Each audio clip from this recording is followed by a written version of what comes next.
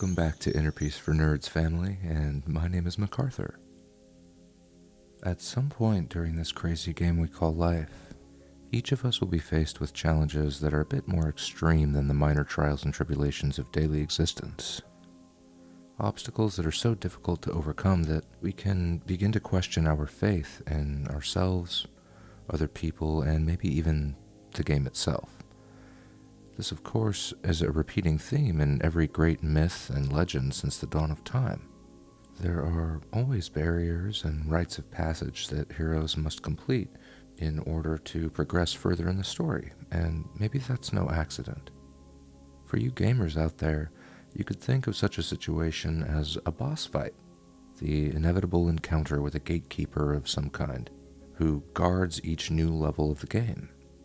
And as I'm sure many of you know, when these boss fights are too difficult, the game can quickly become painful and repetitive, sometimes even causing us to give up or rage quit.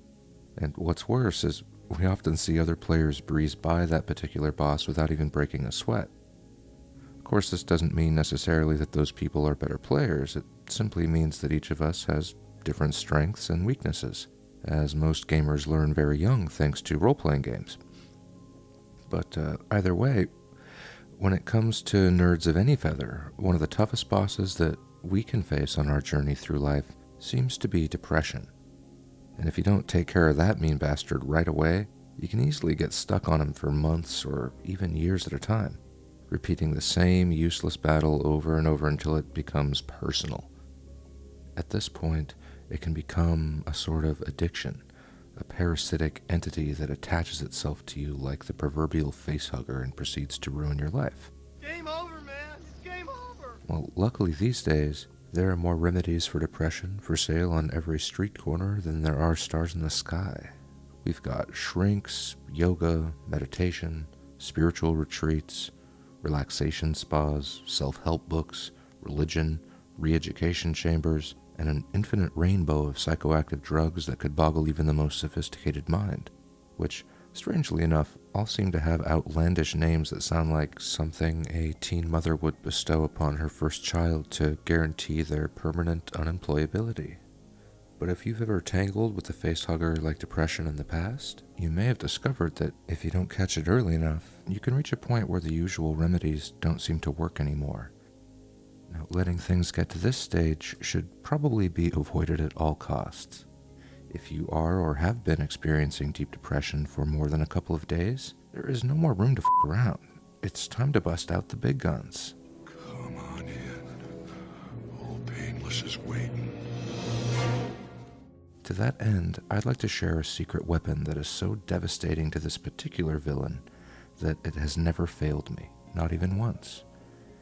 This is a simple and easy technique that I learned from my sister back in my late 20s, a dark period in my life when I was at an all-time low. It completely transformed my attitude towards life in a surprisingly short amount of time, nearly overnight, and after all of these years, I'm even more confident that it will work for you just as well. Here goes. Whenever you're stuck in depression, just drop what you're doing, within reason of course, and get up, go outside, and do something nice for someone. Help an old lady with her groceries. Help a random neighbor load his moving truck. Stop and change a tire for a stranded motorist. Maybe give a homeless dude the last pathetic scraps of cash that you might have in your wallet. Or better yet, volunteer at a homeless shelter.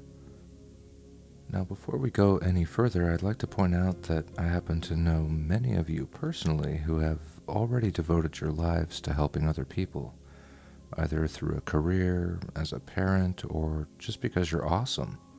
And yet, depression still pays regular visits to your door.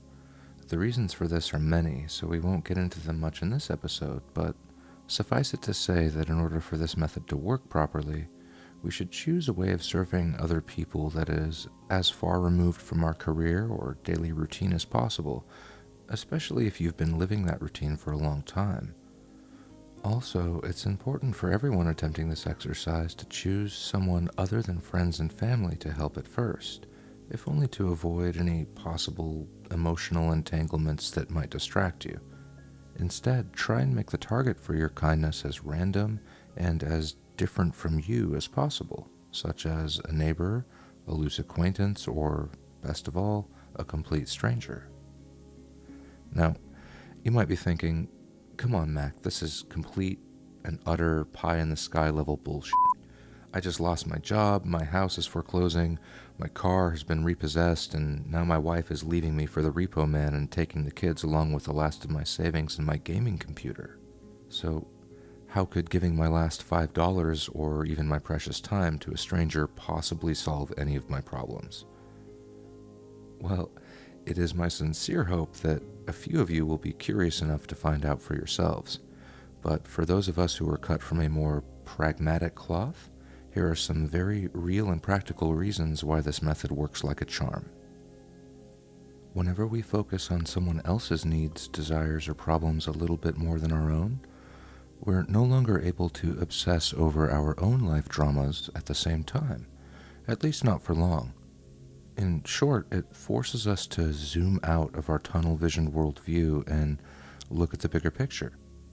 Whenever we do this, we suddenly become aware of all the wonders that have been around us all along, and we may find ourselves a little ashamed and embarrassed as to how good we really have it.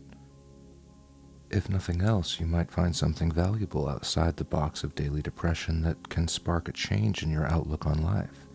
This alone can be enough to defeat the boss all by itself, but if not, this sword has more than one edge. It has been said that emotional illnesses such as depression, anxiety, stress, anger, and many more unpleasant conditions are just different forms of self-obsession, a hyper-awareness of our own ego and life situation that has grown out of control. The true key to this method is that it forces us to admit a truly profound and liberating fact. It's not all about me. Now, this is quite possibly the most transformative statement a human being can make. It's like lifting your head and blinking your eyes, looking around for the first time in hours after being engrossed in a really depressing novel. Now, this realization can cause selfless acts of kindness almost as a natural reaction, requiring very little effort on your part once begun.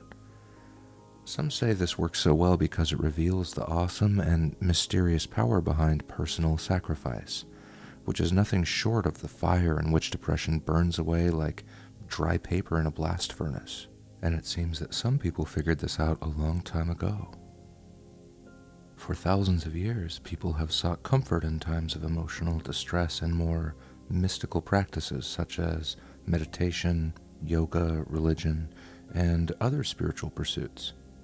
Now, I find it interesting that almost every single one of these traditions, regardless of origin, recommends self-sacrifice as a fundamental way of life, a guiding principle, if you will.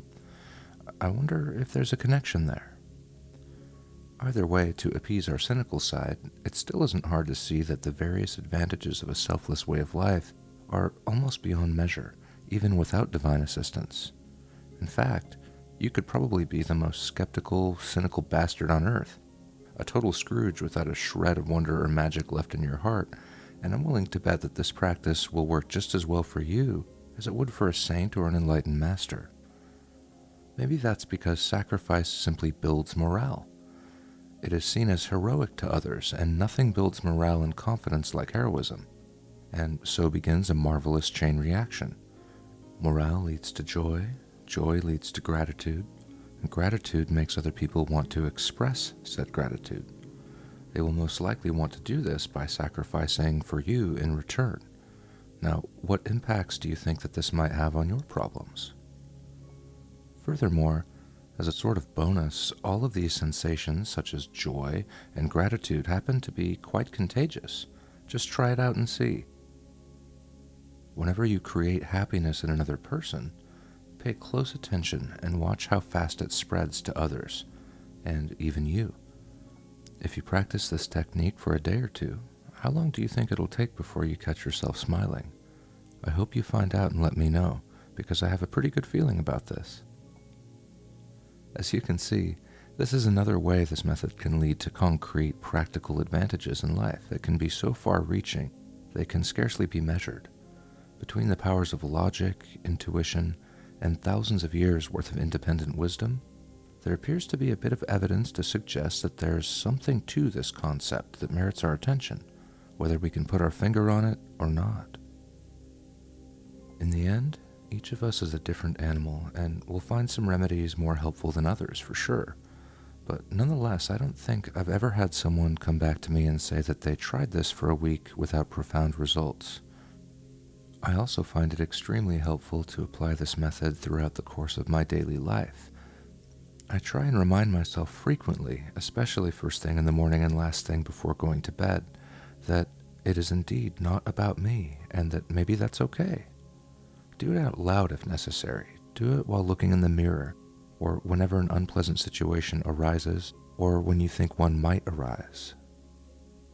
And that brings me to an aspect of this idea that is often overlooked. I think it's important to remember that there is a big difference between sadness and depression. Sadness is a natural and inevitable reaction to tragedy, which is perfectly normal and probably healthy when something terrible happens, like the loss of a loved one, for example. Depression, however, is the unnecessary sadness that lingers long after the tragedy has passed, usually fueled by our repetitive and unhealthy thoughts. One of the reasons why saying it's not about me and actually living that way tends to work so well is because it forces us to recognize through undeniable personal experience that it's actually okay to be sad sometimes. In fact, we can still spread joy throughout the world while being sad. Surprisingly, however, I find that after a while of practicing this method, the sadness disappears all on its own. Maybe that's because it's really hard to stay sad when you've just made someone's entire day, and they look at you with that wide-eyed expression that says, "You've just made a friend for life." Finally, even if nothing I've said so far makes any sense, which is becoming a very real possibility as my sobriety level decreases towards the end of this project, but I would like to ask that you humor me nonetheless. The next time you fall into a deep and lasting depression, give this method a shot and let me know how it turns out for you in the comments section below. In my experience, the process is pretty automated and everything sort of happens by itself once you get the ball rolling, whether we fully understand how all this works or not. To paraphrase one of my favorite philosophy books, our understanding is not a significant contribution to the truth.